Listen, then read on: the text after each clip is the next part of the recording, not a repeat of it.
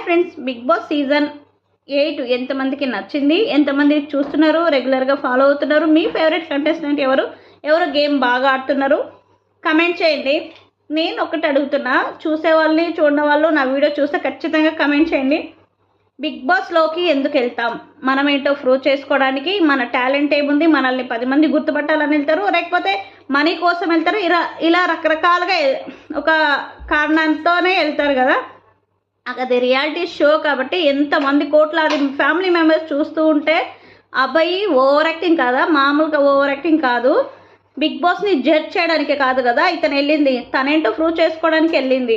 Big బాస్ని judge చేయడానికి, తన డిసిషన్ని wrong అని ప్రూవ్ చేసుకోవడానికి తన పైన, అంటే బిగ్ బాస్ పైనే ఈయన సెటైర్ వేయడము.